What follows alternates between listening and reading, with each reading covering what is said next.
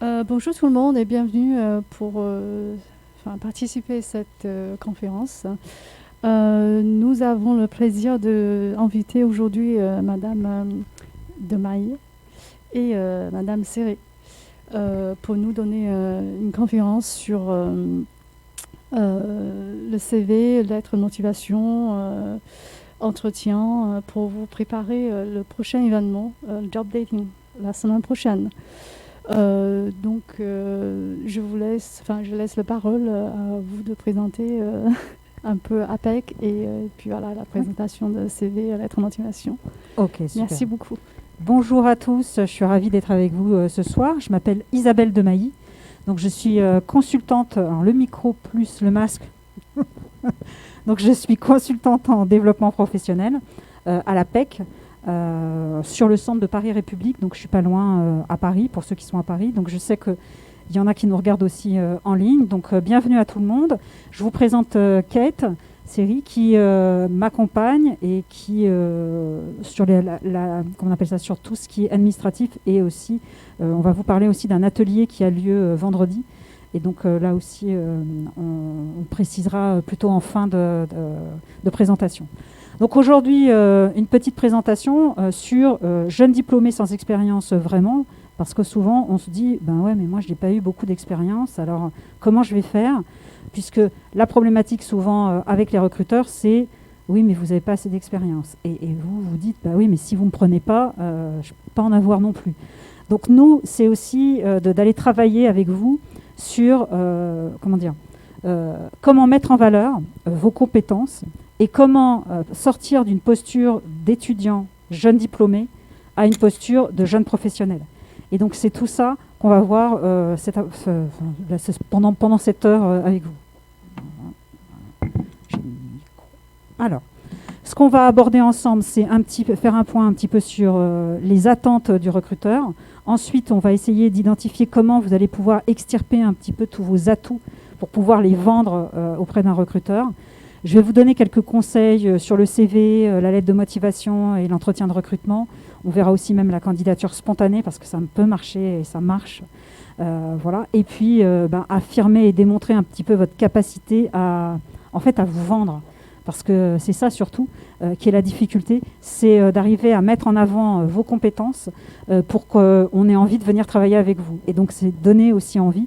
Et donc, on est souvent pas tourné vers soi, alors que pendant toutes les études, on vous apprend une théorie, on vous apprend un métier. On est souvent tourné vers soi, mais face à un recruteur, en fait, il faut être tourné vers eux et surtout aller chercher leurs besoins. Alors, pour comprendre un petit peu ces attentes de recruteurs, c'est surtout vraiment une prise en compte en commun du besoin. Donc, l'idée, c'est d'aller chercher un petit peu le besoin du recruteur, de quoi il a besoin.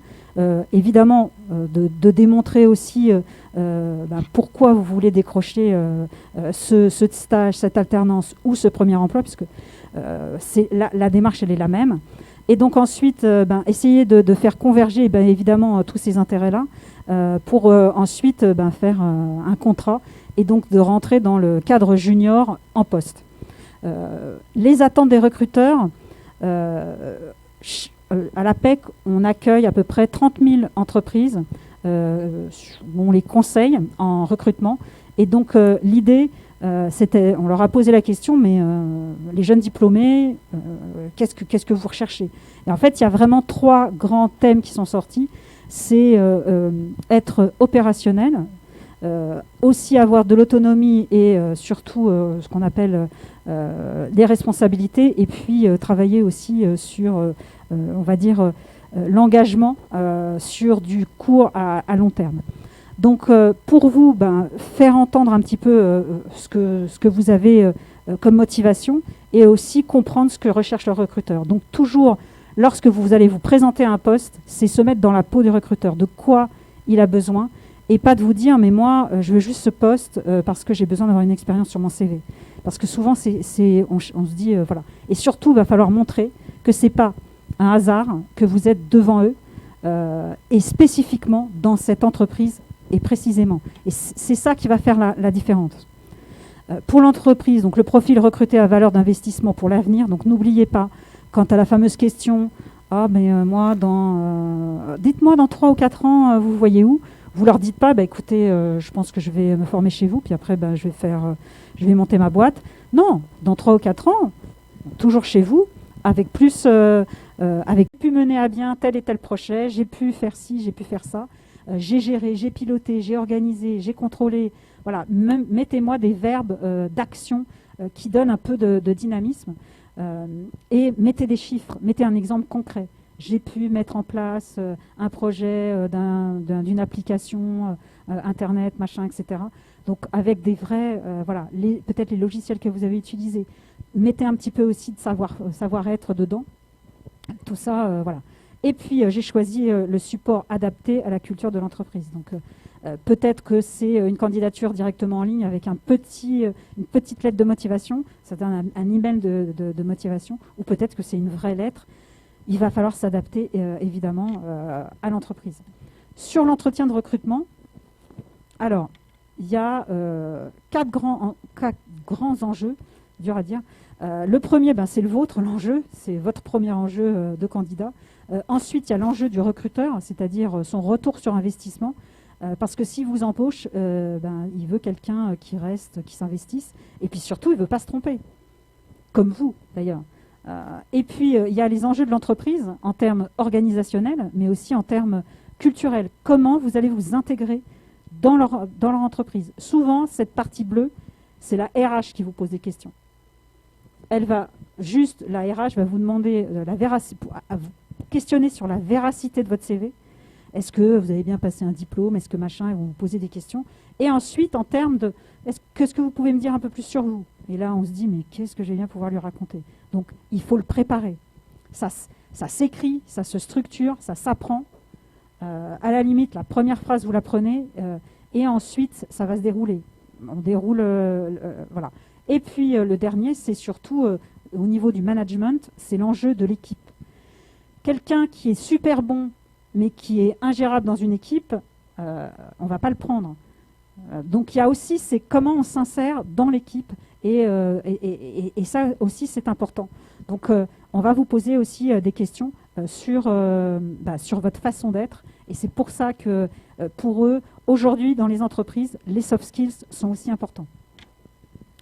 Donc avant un entretien, on va checker pas mal de choses, identifier les interlocuteurs, peut-être aller voir sur LinkedIn, etc. Répétez votre pitch de présentation qui doit durer, là il y a marqué 3, mais moi je dis toujours 2, sinon vous perdez très, très rapidement votre interlocuteur. Préparez vos argumentaires, ça se structure, ça s'écrit, ça se répète. Préparez quelques questions, toujours au moins avoir 3 questions lors de l'entretien. Donc des questions, ça peut être vraiment typique, quand je commence, qu'est-ce que je vais gagner, voilà. Mais ça peut être aussi peut-être une question stratégique en termes de développement, d'innovation chez vous, qu'est-ce que vous voulez développer à l'international, en Europe, etc. Et si vous n'avez pas de questions, parce que j'ai eu cette question cet après-midi, ce matin, reformulez ce qu'on vous a dit. Donc si j'ai bien compris, le management c'est bien avec monsieur, etc. C'est bien ça. Et donc en fait vous reformulez ce qu'il dit et vous reposez une question. Donc comme ça vous avez voilà. Et puis surtout ça dit tiens il m'a bien écouté. Préparez donc quelques questions et préparez-vous mentalement et physiquement. Donc on se présente, on va aller voir peut-être sur Welcome to the Jungle la tête des autres collaborateurs, de regarder comment ils sont habillés. Parce que ça vient aussi de la tenue. Donc la posture professionnelle, c'est vestimentaire, c'est la tenue, donc comment on se présente, à l'heure quand on arrive, et l'entretien, il va du début jusqu'à la fin, c'est-à-dire à l'accueil.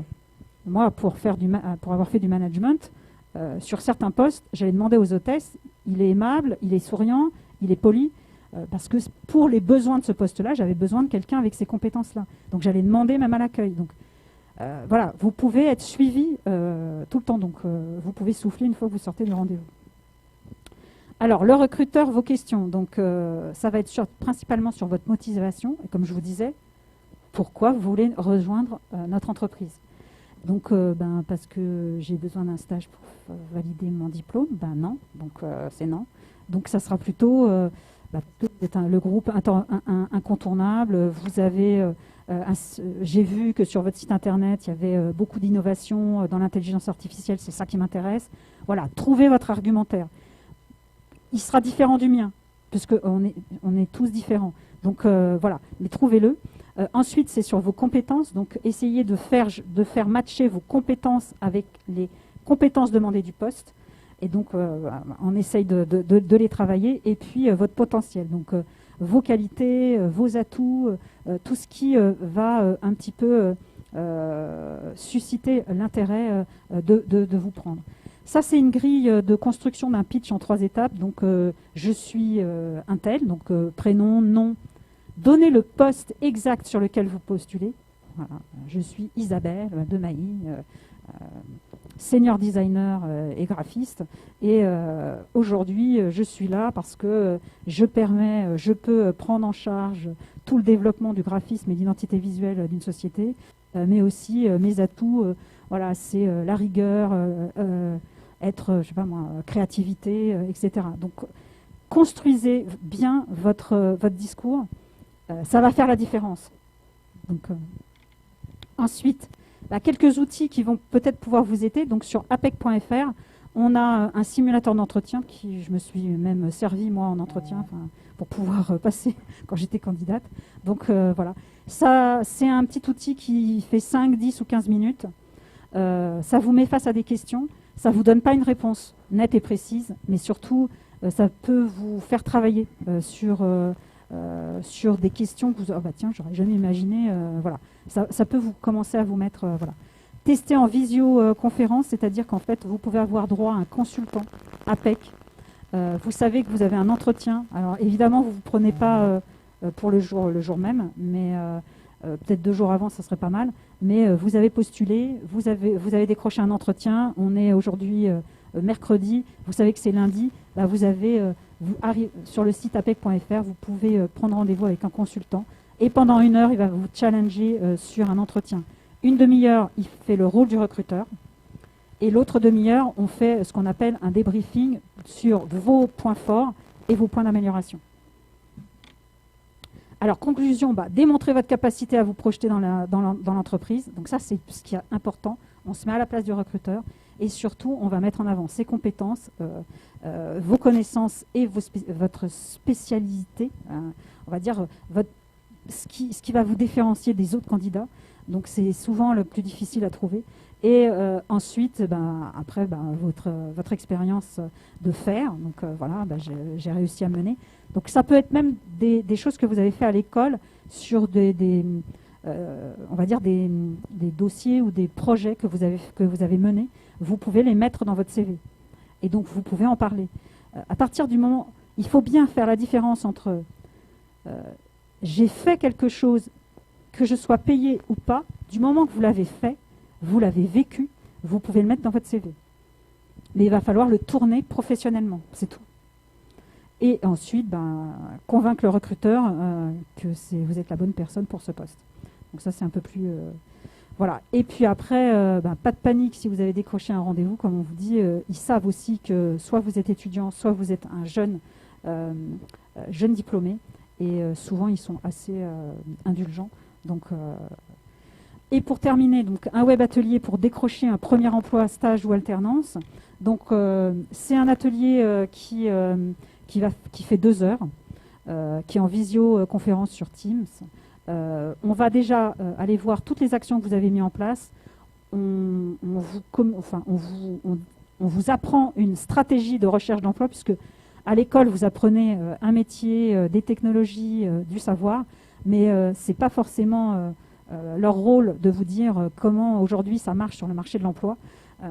Et donc, nous, à l'APEC, c'est notre rôle. Et donc, on va apprendre une stratégie de chef de projet pour rechercher un poste. Et puis, on va aussi, comme toute stratégie de projet, on va élaborer un plan d'action à l'issue de cet atelier. Et pour prendre rendez-vous, donc c'est le vendredi 14 janvier à 11 h. Vous avez l'adresse qui s'appelle, c'est ça, Kate, republic.pe@apec.fr. Vous pouvez vous inscrire et ça sera évidemment encore avec moi. Vous aurez double chance pendant 2 heures où je vous expliquerai tout sur la stratégie d'emploi. Je pense que j'ai terminé et je voulais savoir si vous avez des questions, n'hésitez pas.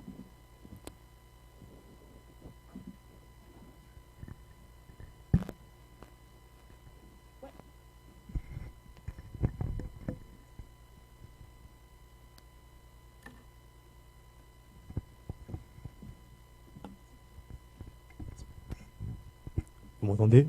Ah, c'est cool. Je sais que ça va paraître un peu bizarre comme question, mais est-ce que vous direz qu'il faut savoir peser entre l'honnêteté et leur dire ce qu'ils veulent vraiment entendre aux recruteurs? Parce que dans ce que vous avez dit qu'il faut s'adapter aux besoins du recruteur et de l'entreprise. Est-ce qu'il faut aussi garder aussi une certaine part d'honnêteté pour que ça se passe bien après, pour pas qu'ils se sentent floués après?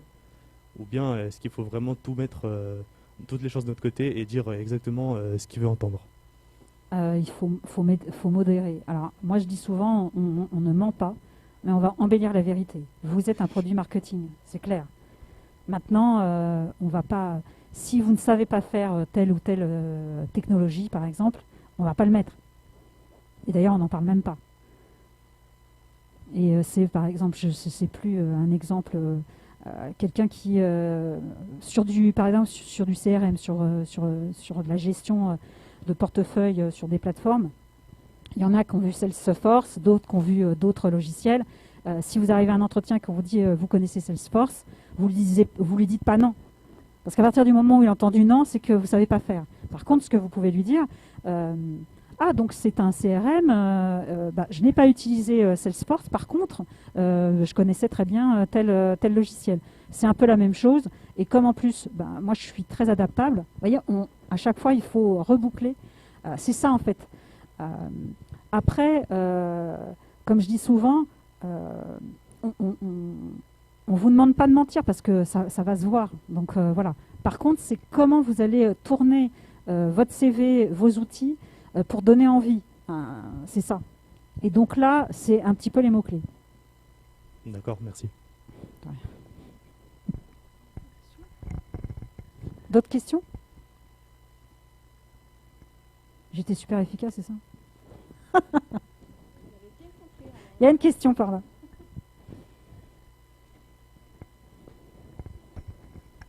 Bonjour. Bonjour. Pour un étudiant qui est peut-être en fin de cycle et que au cours de la formation, peut-être il a arrêté et le CV, ça ne suit pas la norme, c'est-à-dire il y a des espaces, c'est-à-dire tu n'as pas d'expérience par exemple de 4-5 ans. Mais qu'est-ce que tu dois dire si jamais le recruteur te demande par exemple ce genre de questions? Qu'est-ce qui s'est passé dans ces 4-5 ans? Oui, voilà. Bah et oui, si tu connais la cause de ce qui s'est passé, mais en face du recruteur, est-ce que tu vas mentir ou bien qu'est-ce que tu vas dire? Parce qu'il peut demander pourquoi tout ces temps morts. Tu dois si on peut, que... faut pouvoir l'expliquer. J'ai pris Oui, une année, j'ai fait le voyage, voilà, où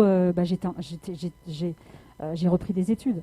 Oui, il y a des cas quand tu dis, voilà, il y avait tel truc, que tu dis la vérité, et les recruteurs, après, ils ne reviennent plus vers toi. Ah.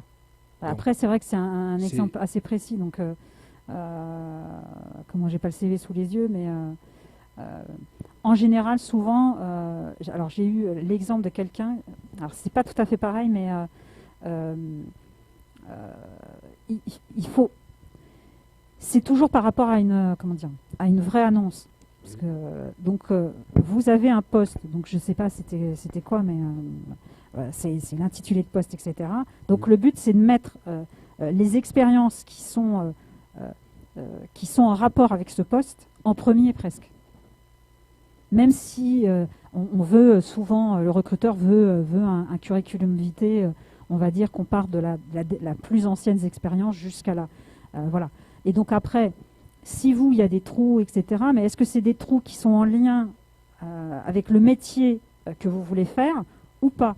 Et si ce n'est pas le cas, là, ce que moi je vous conseille, c'est l'expérience qui est en lien avec, vous mettez expérience professionnelle, vous mettez ça en haut, et en dessous, vous mettez autre expérience et vous mettez les autres. Ok. Je ne sais pas si ça peut répondre. Ça va, un peu quand même. Un petit mixte. Ok, merci.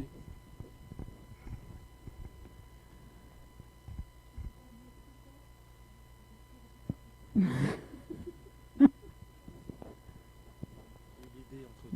faut l'idée,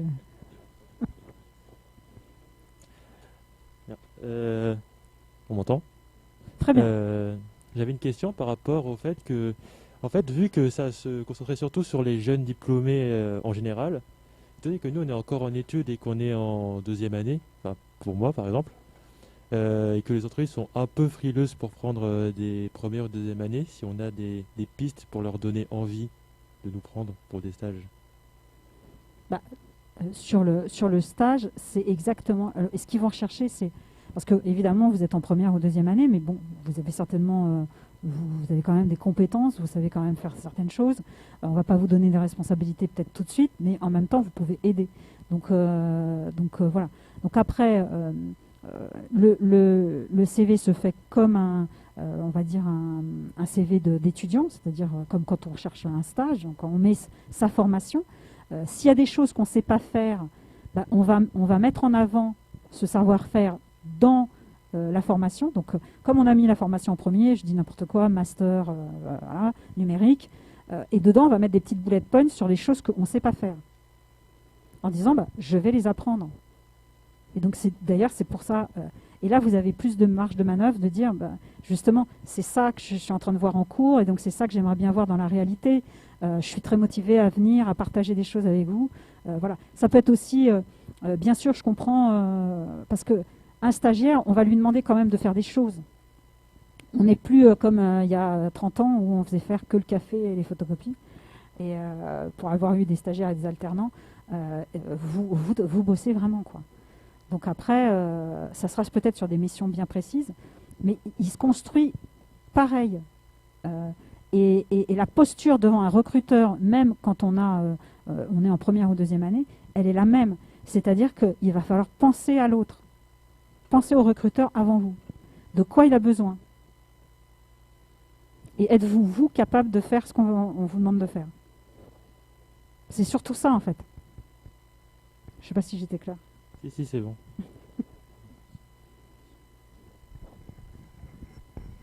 Moi aussi, allô?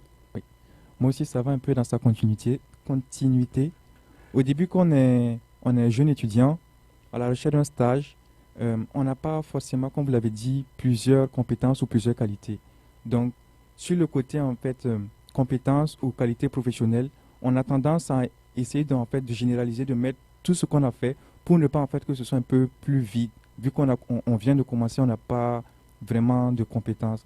Et j'aimerais demander, en fait, quelle est votre position vis-à-vis de cela? Ou si on a peut-être un peu ce qui vraiment vise l'intitulé du poste ou bien du stage, il faut juste mettre ça, ou il faut essayer de mettre plus ou généraliser, même si ce n'est pas directement ce que l'entreprise ou bien notre intitulé de stage demande. Là, aujourd'hui, vous pourriez postuler pour quel genre de poste?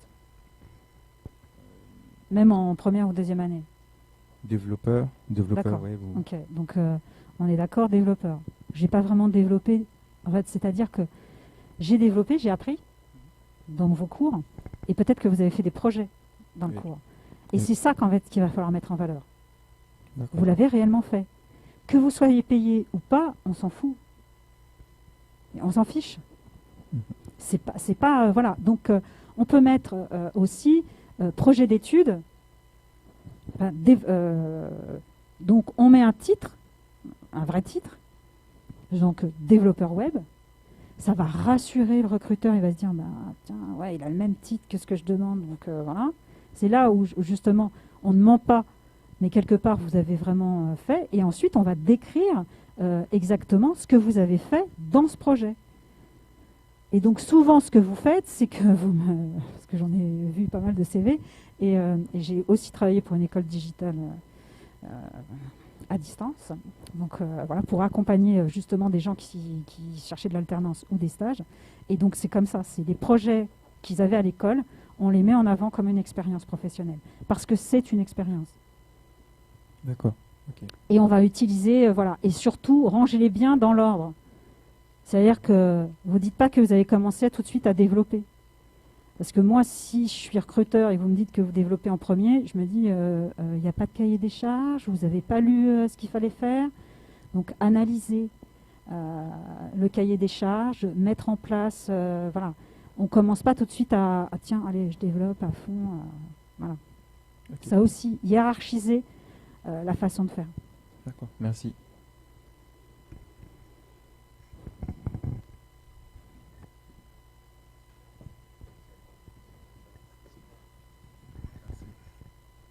Bonjour.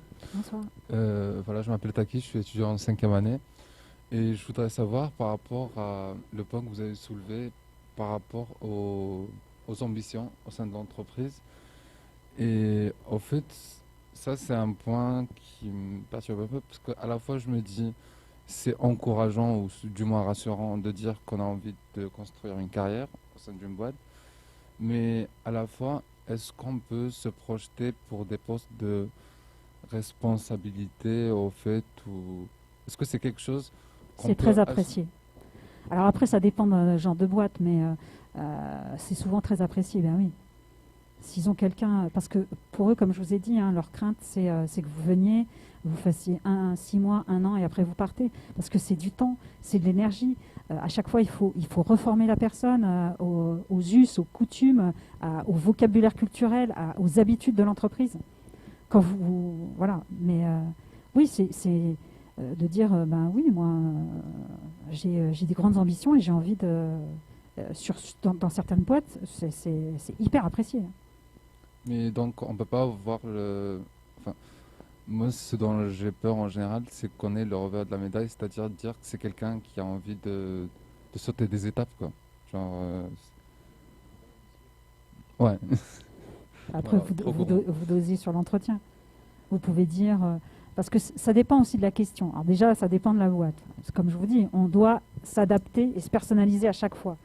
Donc, si vous prenez une grosse ESN, qui a plein de consultants, voilà, lui dire que vous êtes super motivé, que vous êtes très ambitieux, mais qu'en même temps, vous savez que vous démarrez dans votre vie active avec déjà des expériences solides et que dans quelques temps, vous n'êtes pas obligé de dire dans 1 an ou 2, mais dans quelques temps, oui, prendre plus de responsabilités. Vous n'êtes pas obligé de préciser. Et si on vous demande de préciser, vous dites peut-être de l'encadrement de projet, des responsabilités managériales m'intéresserait aussi. Mais pour le moment, c'est vrai que là, aujourd'hui, ce qui me motive chez vous, et vous voyez, hop, donc c'est vous avez des projets très ambitieux sur le développement je sais pas, d'innovation dans des structures publiques, je dis n'importe quoi. Merci. Bonsoir. En fait, j'ai une question concernant en fait le CV au niveau en fait de la photo.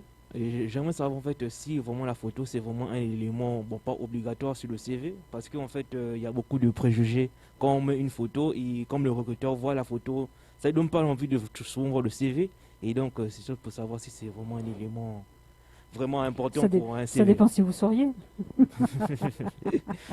Parce que j'ai vu plusieurs cas où vraiment la photo était aussi un élément clin à être recruté. La photo ou le CV? Souvent la photo aussi, parce que la photo c'est le premier élément que le recruteur voit. Donc ce n'est pas obligatoire. D'accord. Et d'ailleurs surtout c'est pas, on ne peut pas refuser un CV où il n'y a pas de photo. C'est comme votre date de naissance et c'est comme votre situation, célibataire, marié, machin, etc. Vous n'avez pas besoin de le mettre. Donc voilà, c'est pas. Voilà. D'accord. Mais on dit dans certains métiers, alors évidemment si on est développeur, etc. J'ai envie de dire la photo, on s'en fout. Voilà. Par contre, si vous êtes exposé à du public, forcément qu'il va falloir la mettre. Parce que pour eux, ils ont besoin de voir à quoi vous ressemblez, etc.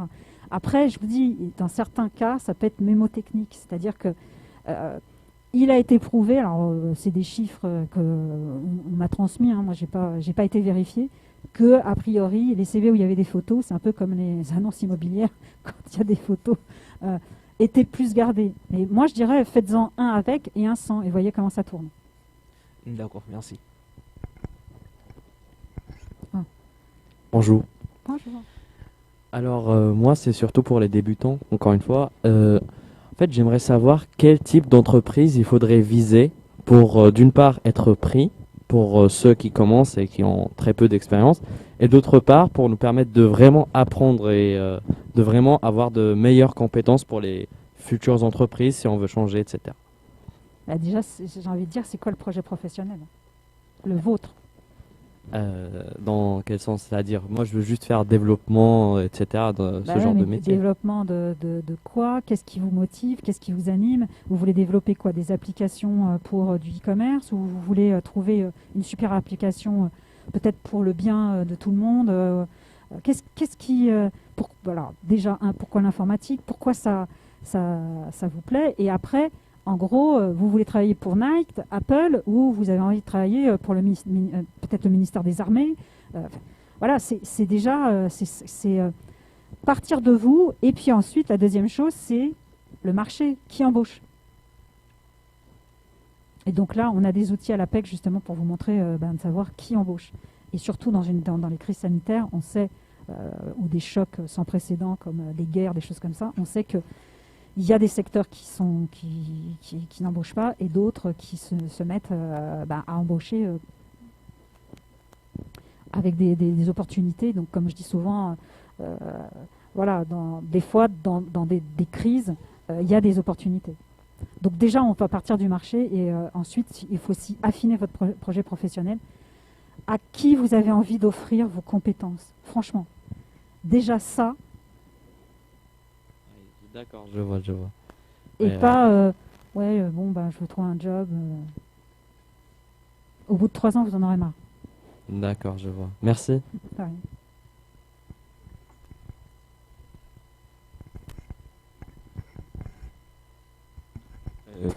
Une dernière question. Bonsoir. Bonsoir. Je suis en 2e année et j'ai souvent remarqué que quand on se rapproche des entreprises, l'entreprise a plus tendance à valoriser l'expérience, la vraie expérience professionnelle que l'expérience à l'école.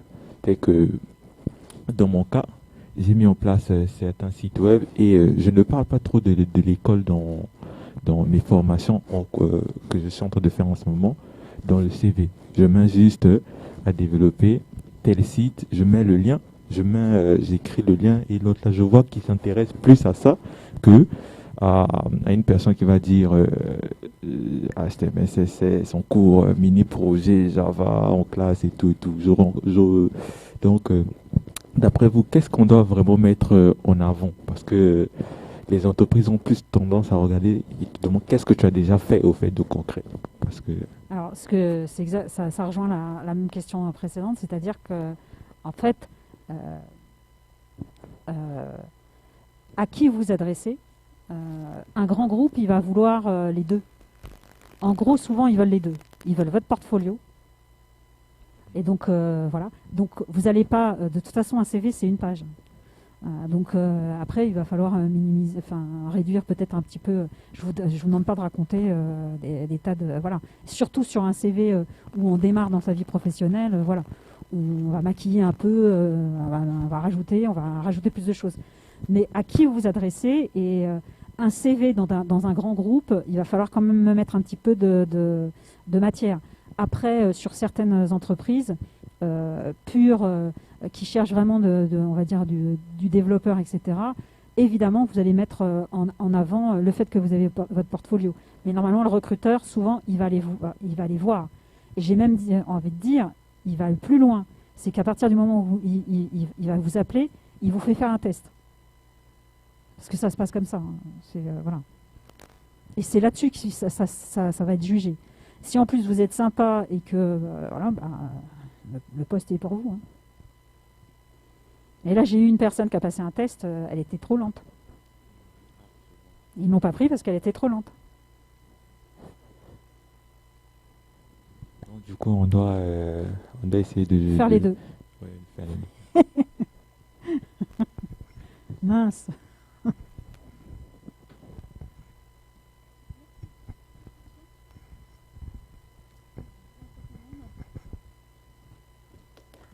Eh bien, merci.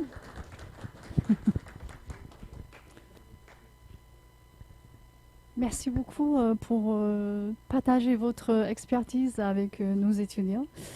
Et je pense que ça, c'est intéressant ou pas. Oui. Ouais, moi, je trouve que c'est très intéressant, même pour moi, que j'ai travaillé depuis longtemps. Et c'est une présentation quand même très brève, hein, mais on a beaucoup d'informations dedans et je trouve que c'est très intéressant. J'espère que pour le atelier de 14, je crois qu'il y aura beaucoup plus de choses qu'aujourd'hui. Oui. Voilà. Ça marche? Oui. Oui, merci pour votre attention. Alors du coup, là, j'ai vu qu'il y avait quelques questions. Il y a peut-être d'autres personnes qui n'ont pas osé ou qui n'ont pas de questions tout de suite et qui ont des questions qui leur viendront plus tard. Alors, donc, j'ai récupéré des fiches contact. Il faut que j'en récupère encore quelques-unes au fond.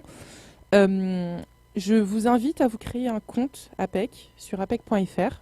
Ça prend 2-3 minutes afin que nous puissions vous inscrire à notre web atelier qui aura lieu vendredi, si vous le souhaitez, évidemment, qui aura lieu vendredi à 11h. Voilà, on fait 2 à 3 web ateliers par semaine au Centre APEC de République. Donc, si vous n'êtes pas disponible sur ce créneau-là, on trouvera un autre créneau. Et voilà, il y aura plus de contenu. Isabelle pourra aller un petit peu plus dans le détail et vous serez suivi ensuite individuellement pour établir un plan d'action. Et par exemple, pour monsieur qui avait une question sur son CV, sur un trou qu'il a dans son CV, c'est quelque chose que vous pourrez voir en individuel avec Isabelle ou une autre de nos consultantes. Et voilà. Donc, et pour les personnes qui sont en ligne, donc j'ai donné une adresse mail sur laquelle vous pourrez envoyer un mail afin que nous puissions vous inscrire aussi à nos prochaines sessions. Merci.